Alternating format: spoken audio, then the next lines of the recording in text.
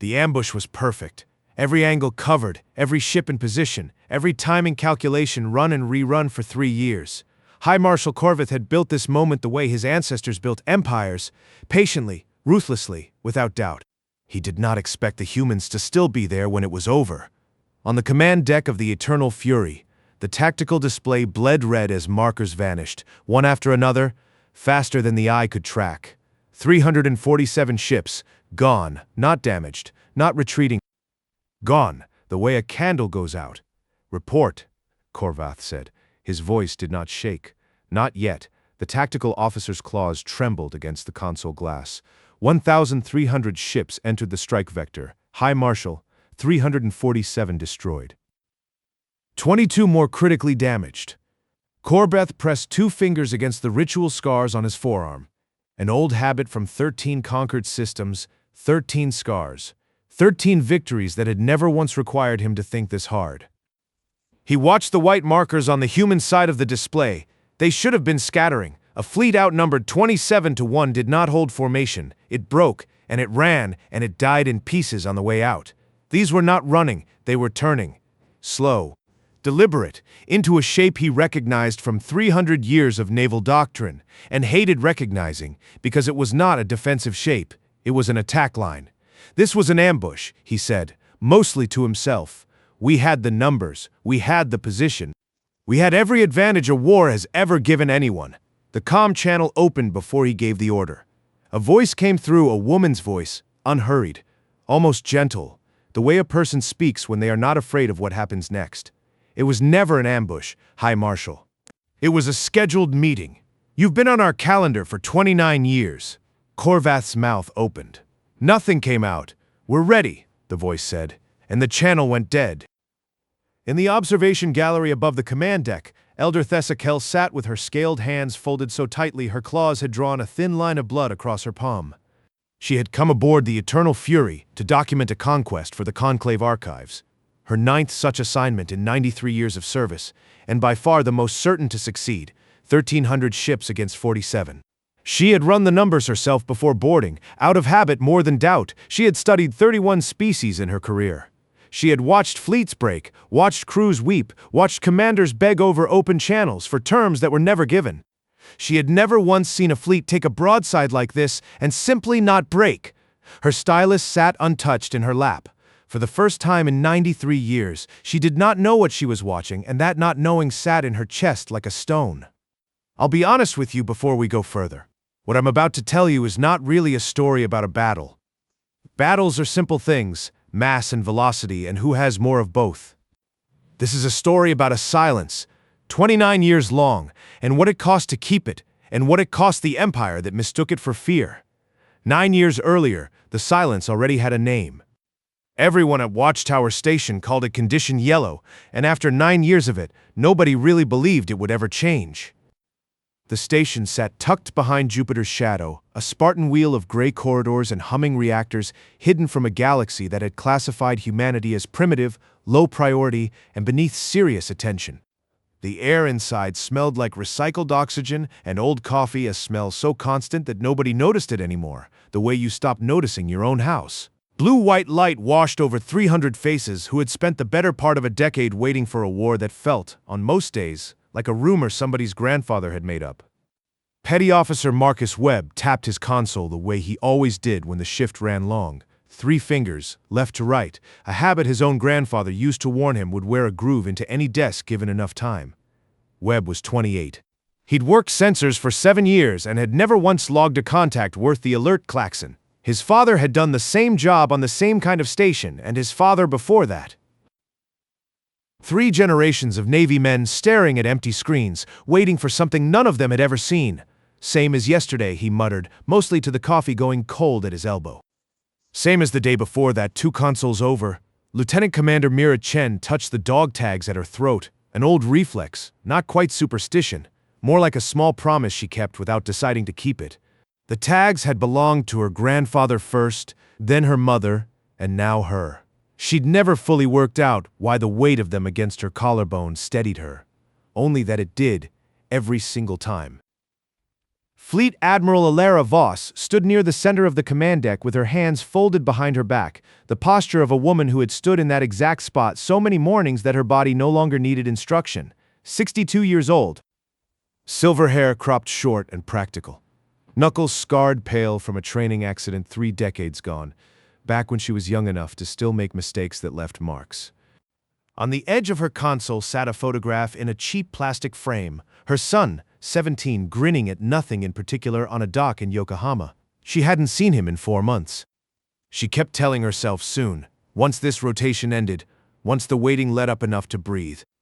29 years ago, in a briefing room on a station that didn't exist anymore, she had sat with 3 other admirals, 2 retired now, 1 dead, and designed the framework that ran this entire outpost. She had never once had to use it. Some mornings she wondered if she ever would. Most mornings she hoped she wouldn't. She poured coffee she likely wouldn't finish and studied the empty tactical board the way she studied it every single day, out of discipline rather than expectation. Down on the Ulysses, Captain Hollister walked onto his bridge holding a ceramic mug gone soft and faded from a decade of washing. World's okayest captain. The letters read, chipped badly at the rim where his thumb always rested. The paint had started peeling in the 3rd year he'd owned it. He'd never once considered replacing it. There was something steadying about a thing that still worked exactly the way it always had, dents and all, and he wasn't in a hurry to give that up for something new. He swears it's the same valve every time. Tell him to stop babying it. Chief Engineer Sato, 56 years old and 32 years into a career that had started on ships twice as loud and half as smart as this one, kept a worn multi-tool clipped to his belt at all times. "Sato get that coolant line sorted?" he asked. 3rd time this month, Chen answered without looking up. The way some men keep a rabbit's foot, his hands shook these days when he was tired, a small tremor nobody mentioned and everybody had noticed. He didn't consider it a weakness. He considered it 32 years of honest work catching up with him, one system at a time, same as the ship itself. It was, in every way that mattered, an entirely ordinary morning. Nobody on that bridge knew it was the last one they'd have for a very long while. The alert came at 14:21 Earth Standard Time. Webb's console flared amber, then red, and his 3-finger tap froze mid-motion, hand hovering over the panel like he'd forgotten what it was for. "Contact," he said, voice cracking on the single word. "Multiple contacts. Kuiper belt boundary." He ran the numbers once, then again, staring at the readout as though staring might change it. 1,300 signatures. Drak-Vani configuration? Confirmed. The room went still in the particular way a room goes still when 9 years of theoretical waiting stops being theoretical. Voss set her coffee down without glancing at it. "Ma'am," Chen said, "that's 1,300 ships against our 47. I know the math, Commander." Voss's voice didn't rise. It didn't need to. 29 years of rehearsal had worn all the panic out of it long ago. Sound general quarters. "Activate the caretaker protocol." Stage 1. Sato's voice crackled over the comm from engineering, steady despite the tremor that lived in his hands most days now. "Reactor cores at full output, Admiral. Reinforced hulls holding at 100%. Good." Voss glanced at the empty chair across the deck, the one that had belonged to an admiral who died 4 years back, still convinced this day would never actually arrive. 29 years, she said, quiet enough that only Chen caught it. "Let's find out if it was worth it." On the Ulysses, Hollister lifted his mug, looked at it for a long moment, and set it back down untouched. The coffee had already gone cold. "Battle stations," he said. "Let's go meet our guests." 300 kilometers off the Kuiper boundary, the Drak-Vani fleet moved into position with the slow, terrible confidence of 13 conquered systems behind it. High Marshal Korveth stood on the command deck of the Eternal Fury, 4 luminous yellow eyes fixed on the tactical projection, watching his ships slide into formation like teeth closing around something too small to fight back. He was 8 feet of obsidian carapace wrapped in a ceremonial battle cloak of bronze-green scales, each scale a record of a system that no longer belonged to itself. His claws tapped a slow rhythm against the arm of his command chair, not nerves, he'd have said, if anyone had dared ask. Anticipation. "Scout Commander Vrax," he said. "Your report." Vrax stepped forward and delivered it with obvious pride. 9 years of reconnaissance. "High Marshal." They never saw us, never hailed us, never so much as looked in our direction the entire time. Korvath's breath came out in a slow, satisfied hiss. 9 years of silence. To him it read exactly the way weakness always read. Quiet, still, unwilling to provoke a fight, it knew it would lose.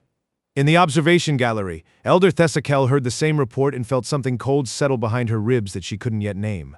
9 years. Not a single scout detected. Either the humans were remarkably incompetent at defending their own space, or they were remarkably good at letting someone believe they were. She had studied 31 species. She had never once seen a species stay quiet for 9 straight years by accident. 47 ships, Corvath said almost to himself, savoring the number the way another creature might savor a meal, against 1,300. 27-1. He turned to his second-in-command. Signal the fleet, full advance. Let history remember the 44th system fell in 14 minutes. The fleet surged forward. At Watchtower, the tactical board lit up with 1,300 hostile signatures crawling toward the edge of human territory, and Voss watched them come the way a woman watches weather she spent 3 decades preparing for. Time to contact, she asked. 11 minutes, Chen answered. Then we have 11 minutes to make sure Stage 2 is ready the second Stage 1 earns it. Voss turned to the comm station. Get me the Ulysses. Hollister's face appeared on the split screen, Mugg still sitting untouched at his elbow. Admiral, Captain, you held the line in every simulation we ever ran. Today isn't a simulation. Wasn't planning on treating it like one, ma'am. A small, tired smile. Ship's ready. Crew's ready. We've had 9 years to get bored of being ready. Then let's stop being bored. Voss cut the channel and looked back at the board, at the red wall of ships closing in, at the number that would have terrified anyone who hadn't spent 29 years building an answer to it. All ships, hold position. Reinforced hulls at maximum integrity. Do not, I repeat, do not break formation on first contact, no matter what it costs to hold it. Webb's voice cracked through the quiet. Ma'am, that's a lot of incoming fire to just sit and take. I know, petty officer.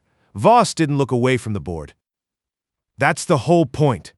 Down the corridor, Sato ran a hand along the reinforced hull plating his team had spent 13 years installing and reinstalling, testing and retesting, in a program so classified that half the crew currently serving didn't know its full scope.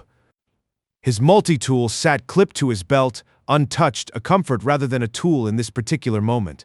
Hold, baby, he murmured to the ship around him, the way he always murmured to machines he trusted. Just hold. 11 minutes passed the way 11 minutes always passes, right before something irreversible. Too slow, and then, all at once, not slow at all. The Drakvani fleet crossed the strike threshold at 14:32 Earth Standard Time. 1,300 ships opened fire simultaneously, each human vessel absorbing the focused weight of nearly 28 attackers at once. The math was exact. The math was supposed to be final. On the Eternal Fury, Corvath watched the strike land and allowed himself, for 1/2 second, the satisfaction of a war finished before it had properly begun. Then the damage reports started coming back wrong. Human fleet status. He snapped. The tactical officer stared at his readout like it had betrayed him personally. 7 vessels at 55% hull integrity, 22 at 35%, 18 at 80%. A pause that stretched too long. High Marshal, 0 ships destroyed. Corvath's claws stopped tapping. Say that again. 0, High Marshal. None of the 47 human ships have been destroyed. Behind him in the observation gallery, Elder Thessakel felt her breath catch and her tail curl tight around her ankle, an old nervous habit she thought she'd trained out of herself decades ago. 27 ships firing on every single human vessel, and every single one of them was still there. She had seen 31 species die in war. She had never seen one simply refuse to. Reinforced hulls, she whispered, and for the first time in 93 years of documenting conquest, she wrote nothing down, because she didn't yet have the words for what she was watching. Damage control, all decks, Corvath ordered, and his voice had lost its earlier satisfaction. I want tactical solutions in 60 seconds. The tactical officer's claws hovered over the console. High Marshal, we could press the advantage. 27-1 still favors. I know what the ratio favors. Corvath's forearm scars itched under his own grip. 5,800 years of conquest had taught him patience was a weapon wielded by the weak, a stalling tactic, nothing more. He had never once considered it might be armor. Second wave, full advance. Close the distance and finish this. On the Ulysses, Hollister watched the enemy fleet surge forward again and allowed himself half a breath before speaking. "Ma'am, they're not backing off. They wouldn't be." Voss's voice came through steady on the open channel. "Not yet. All ships, hold position. Continue absorbing fire. Do not advance. Do not retreat." Webb's hands trembled over his console even as his voice stayed level, the discipline of 9 years of drills overriding the fear underneath. "Ma'am, we're taking heavier hits on this pass. Hull integrity dropping across the board. Then it's a good thing we're not relying on the hulls alone." Voss looked at the secondary display, the one that had sat dark and waiting for 13 years. Stage 2. "Now," Sato's voice crackled through engineering comms, and for once there was no tremor in it at all. "Minefield active, Admiral? Detonation sequence beginning in 3, 2, 1. Along the asteroid belt the Drakvani fleet had used as cover for 9 years of silent reconnaissance. 1,200 mines woke from a decade of dormancy and began to fire. The first wave took out ships at the edge of the formation, quiet enough that nobody on the Eternal Fury registered it as anything but background noise. The second wave hit the center. "Contact unknown origin," the tactical officer said, and this time his voice cracked outright. "Explosive devices embedded in the debris field. Hi, Marshal, we're losing ships from inside our own formation." Corvith stood very still. "That is not possible. That belt has been surveyed. Repeatedly. Surveyed by scouts who saw nothing to report." Elder Thessakel murmured to herself in the gallery, and the cold feeling in her chest sharpened into something closer to understanding. 9 years of nothing to report. Not because there was nothing there. Because whatever was there had been built specifically not to be found. 300 mines detonated in the first minute, 400 more in the second. By the time Corvath ordered the fleet to break formation and scatter from the belt, 500 had already fired, and 347 ships had gone dark on the display, joining the earlier losses in a column of red that kept climbing. The fleet hesitated. 8 full seconds where no order came, where ships that had spent 5,800 years never questioning a command sat waiting for one that didn't arrive, because the High Marshal himself did not know what to say. Those 8 seconds cost him more ships than the first 2 waves combined. At Watchtower, the tactical board showed the enemy fleet fracturing into disorganized clusters, and for the first time since the alert sounded, Chen allowed herself something close to a smile. "They're breaking formation," she said. "Actual chaos, not tactical repositioning. Don't celebrate yet, Commander." Voss's eyes stayed fixed on the board. "A wounded animal is still dangerous, more dangerous some days." She turned to the comm station. "Get me Hollister." His face came up on the split screen, mug still sitting cold and untouched at his elbow, exactly where he'd left it 2 hours ago. "Ma'am?" "Time to remind them why we built this whole thing in the first place. Target the flagship." Broadcast on open channel. Full fleet wide. Hollister nodded once. "Patching you through now." The channel opened, and Corvath heard the voice again. The same voice from before, though he didn't yet know it belonged to a woman named Voss. Didn't know she designed this entire trap 2 decades before he'd ever set foot on the Eternal Fury. "It was never an ambush, High Marshal," she said, calm and unhurried. The way a teacher speaks to a student who has finally arrived at the wrong answer. "It was a scheduled meeting. You've been on our calendar for 29 years. We're ready." The channel cut. Corveth stared at the dead comm panel, then at the tactical display, where the white human markers were no longer holding position. They were moving, slow, deliberate, forming a shape he recognized from 3 centuries of naval doctrine and had never once expected to see aimed at him, an offensive line. "Regroup at the outer marker." Elder Thessakel watched from the gallery as the High Marshal, conqueror of 43 systems. "Signal the fleet," he said, and for the first time in 5,800 years of Drakvani conquest, his voice carried something other than certainty. Full retreat. A creature who had never once in his long career issued the order she'd just heard him give folded his claws against the scarred ridges of his forearm and said nothing further. She thought of the report Scout Commander Vrax had delivered with such pride only hours ago. 9 years of reconnaissance, they never saw us. She understood now what that silence had actually been. Not fear, not weakness. A held breath, 29 years long, waiting for exactly this moment to release. The retreat did not go quietly. Of the original 1,300 ships, 412 now attempted to disengage from a battlefield the humans had never intended to let them leave easily. Voss watched the enemy fleet break apart on the display and turned to her tactical officer. "Do we pursue?" Chen looked up, surprised by the question. "Ma'am, I asked if we pursue." Voss's face gave away nothing. 29 years. We built this to survive an ambush. We never built it to become one. The bridge went quiet for a moment that stretched longer than anyone was entirely comfortable with. "Hold position," Voss said finally. "Let them go. We've made our point. We don't need to make it twice." On the Ulysses, Hollister exhaled something that wasn't quite relief and wasn't quite grief either. Some third thing that didn't have a clean name. He reached for his mug out of pure habit, felt how cold it had gone, and set it back down without drinking. "Casualty report," he said instead. 7 ships critical, none lost," came the reply. "We held. Captain. Yeah." Hollister looked at the retreating red markers on his own display, at the wreckage scattered across a stretch of space that had been empty that morning. "We held." In the gallery above the Eternal Fury's command deck, Elder Thessakel finally picked up her stylus, hands still not quite steady. She had come here to document a conquest for the Conclave archives. What she would write instead would take the rest of her career to fully explain, and even then she doubted the Conclave elders would believe it on the first telling. The humans had not won this battle through strength. They had won it through 29 years of a silence so complete that an empire with 58 centuries of conquest behind it had mistaken it for nothing at all. She thought of Rax's report again. 9 years, and they never once looked in our direction. That was not the absence of a threat that had been the shape of one, patiently waiting to be seen.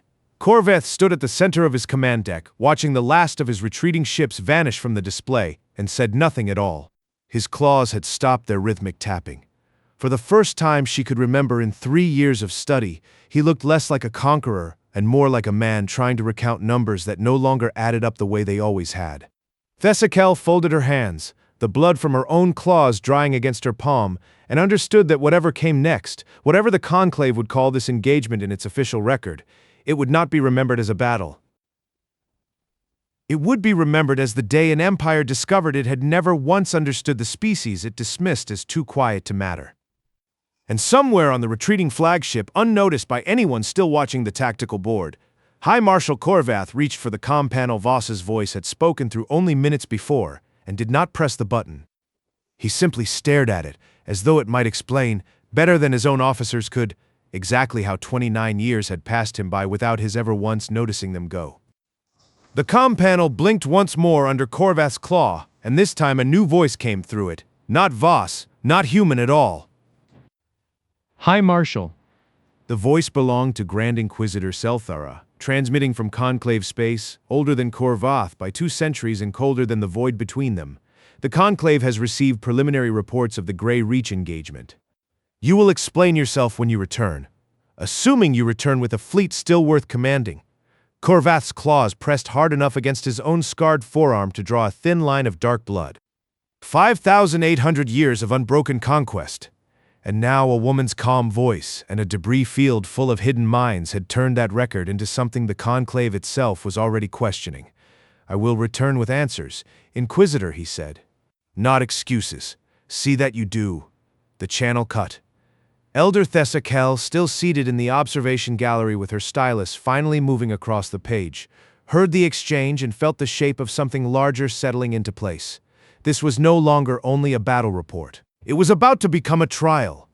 Back at Watchtower, the celebration nobody had quite let themselves have yet was interrupted by Webb's voice cracking through the quiet. "Ma'am, new contact. Small craft, breaking off from the retreating fleet." He squinted at his readout. "It's not running with the others. It's holding position at the edge of our sensor range." Voss's expression didn't change, but her hand stilled on the console. Weapon status. Cold. No weapon signature at all. Webb frowned. "It's just sitting there. Watching us." Chen leaned over his shoulder. "Could be a straggler. Damaged. Can't keep up with the retreat. Could be." Voss didn't sound convinced. "Or it's someone the Conclave sent to watch how this ends." She'd read the old briefings, the ones about neutral observers who documented conquests for a galactic archive humanity had never once been invited to contribute to. If one of them was out there now, watching, then whatever happened in the next hour wouldn't stay contained to this system. It would become history, written by someone else, the way it always had been for every species that came before them. Do we hail it? Chen asked. Voss considered the small craft on the display for a long moment, then shook her head. No, let them watch. 29 years we did this quietly. No reason to stop now. She turned back to the main board. Status on the Drakvani retreat. Regrouping at the outer marker, like you said they would, Chen reported. But ma'am, the High Marshal's flagship isn't retreating with them. Voss's eyes narrowed. Say again, the Eternal Fury. It's holding position. Alone on the flagship, Koravath stood before his war council, what remained of it, 3 officers where there had been 7 that morning, and made a decision that would define whichever version of this story survived to be told. We are not retreating, he said. The surviving tactical officers stared at him. High Marshal, we have 400 ships left, against a fleet that just destroyed 900 of ours without losing a single vessel of their own. Retreat is the only. I did not ask for your assessment of the odds. Korvath's voice came out low, controlled, the voice of a creature trying very hard to hold on to a certainty that had already cracked in half. For 5,800 years, no species has stood against this empire and remained standing. I will not be the High Marshal remembered for running from one that did. In the gallery, Thessakel's tail curled tight around her ankle, an old nervous tell she'd thought long trained out of her. She recognized the shape of what she was watching now, not tactics, not strategy. A creature whose entire identity had been built on an unbroken record, discovering that the record was broken and choosing to gamble everything rather than accept it. He is not thinking about the battle anymore, she murmured to herself, low enough that no one else heard. He is thinking about what he becomes if he loses twice. Aboard the Ulysses, Hollister received the report of the flagship holding position and allowed himself a long breath before responding. They're not running, he said. Even now? No, sir. Chen's voice relayed through the fleet channel. Admiral Voss wants your assessment. Hollister looked at his mug, sitting cold and forgotten at the edge of his console the way it had sat for 2 hours now, untouched since this whole thing started. He picked it up out of pure habit, turned it once in his hand, felt the familiar chip under his thumb where the paint had worn away years ago, and set it back down without drinking. Some things you did without thinking. Some things steadied you precisely because you didn't have to think about them at all. My assessment, he said slowly, is that a commander who won't accept a loss is more dangerous than one who's already lost everything. He's got nothing left to protect. We came here to survive an ambush, not start a war we don't need. The order held for 11 long minutes during which nothing on either side moved. That makes him unpredictable. On the main channel, Voss's voice came through, calm as it had been all day. Agreed. All ships, maintain formation. Do not engage the flagship unless it engages first. Target their command vessel directly. The remaining 400 ships of the Drakvani fleet opened fire on a single point in space. Not the fleet at large, but the Ulysses itself. And the silence between 2 damaged fleets stretched thin enough that Elder Thessakel found herself holding her own breath in sympathy with a species she barely understood. Then Korvath gave the order that broke it. Full weapons discharge, he said. Everything we have left. The ship Korvath's intelligence had correctly identified as carrying the tactical command that had orchestrated the entire trap. In Kemming, Webb's voice cracked through every channel at once. Concentrated fire. All remaining enemy assets direct on the Ulysses. Hollister's hand closed hard around the edge of his console. Evasive. The ship shuddered under the first impacts before he could finish the order, alarms blaring across every deck, red emergency lighting, washing out the blue tactical glow that had defined this bridge for 9 quiet years. Hull integrity dropping fast, Chen shouted over the noise. We can't take this kind of concentrated fire, not even reinforced. On the flagship, Korvath watched the human command vessel take hit after hit and felt something close to relief settle into his chest for the first time since the ambush had failed. Do not let that ship survive.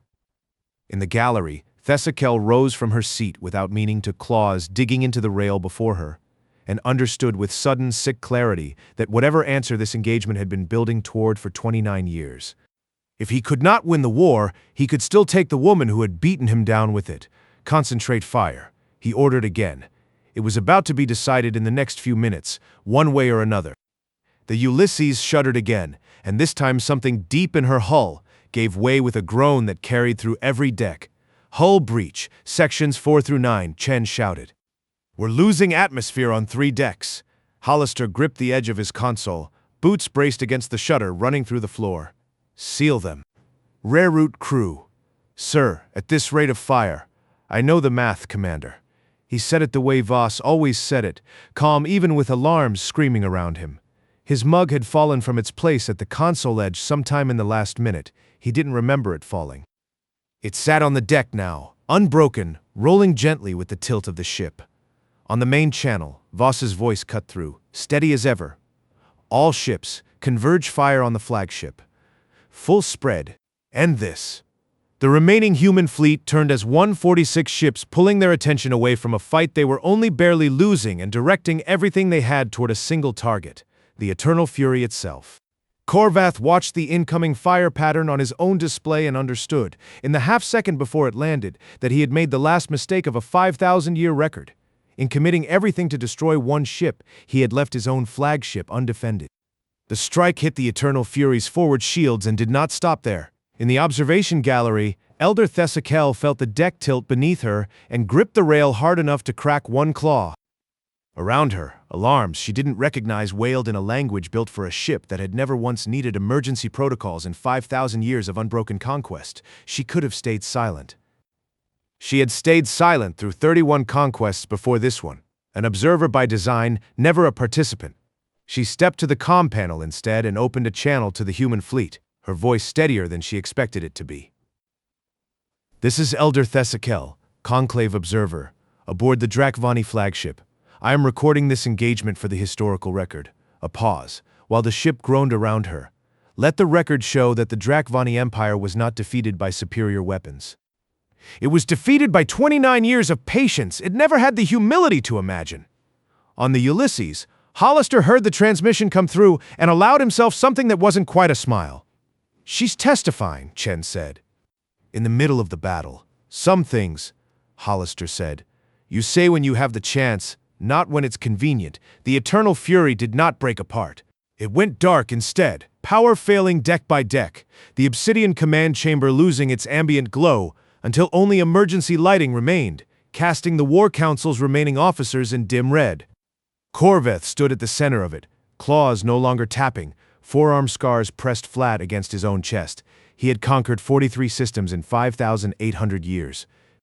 He had never once needed to consider what came after losing, because losing had never, until today, been something that happened to him. Signal the human fleet, he said finally, and his voice had gone quiet in a way it had not been all day. Surrender terms. Full stand down. The tactical officer stared at him. High Marshal, the Conclave will do what it does regardless of what I order now. Korvath looked at the dead comm panel, the one that had carried Voss's voice twice already. Send it. On the Ulysses, the transmission came through clean. Full surrender. No conditions attached. A flagship going dark by its own commander's order rather than being destroyed outright. Voss received the same signal at Watchtower and stood quietly for a long moment before responding. Accept the terms, she said. Cease fire, fleet-wide. The guns went silent across the Grey Reach, and for the first time in hours, nobody on either side was shooting at anybody. Webb's hands, which had been shaking for the better part of an hour, finally went still against his console. It's over, he said, like he didn't quite believe the words as he said them. For today, Voss looked at the photograph on her console edge, her son on a dock in Yokohama, still grinning at nothing. 3 days, she thought. She'd see him in 3 days, same as she'd planned before any of this started, and that ordinary continuity felt like its own kind of victory. Aboard the Ulysses, Hollister bent down and picked his mug up off the deck. It hadn't cracked in the fall. The paint was still peeling at the handle, the letters still faded. World's okayest captain worn down by 11 years of mornings, just like this one, except that none of them had ever been anything like this one at all. He filled it with coffee that had long since gone cold in the pot, because nobody had thought to make a fresh one, and took a sip anyway. It tasted the same as it always did. Terrible, and familiar, and exactly what he needed. Captain, Chen said quietly. Fleet Command wants your after-action report. They'll get it. He looked out at the debris scattered across what had been empty space that morning. Give me a minute first. Weeks later, in a chamber that had stood for 9,000 years, Elder Thessakel stood before the assembled conclave and delivered a report she had never expected to give. They were quiet, she said, and let the silence after the words do some of the work her voice could not. We heard that silence and called it fear. It was not fear. It was the loudest thing in the galaxy, and we did not hear it until it was far too late to matter. No one in the chamber spoke. High Marshal Korvath sat in the gallery behind her, stripped of his ceremonial cloak, forearm scars bare under the chamber's cold light, listening to an account of his own defeat, delivered in a language that would outlast his career by centuries. It is a silence 29 years long that was never silence at all. Back aboard the Ulysses, docked now at a station no longer hidden behind Jupiter's shadow, Hollister sat alone on the bridge in the quiet hours after a shift change, mug in hand. The loudest thing in the universe, Thessakel finished, is not an explosion. Coffee gone cold again the way it always seemed to by the time he remembered it was there. He took a sip anyway. The mug was the same one. It had always been chipped rim, faded letters, a crack along the handle he'd never bothered to fix. The world outside the viewport was not the same at all. He set the mug down on the console, next to a photograph someone had left there of a fleet that had held its formation instead of breaking, and watched the stars hold still, quiet now in a way that finally meant exactly what it looked like.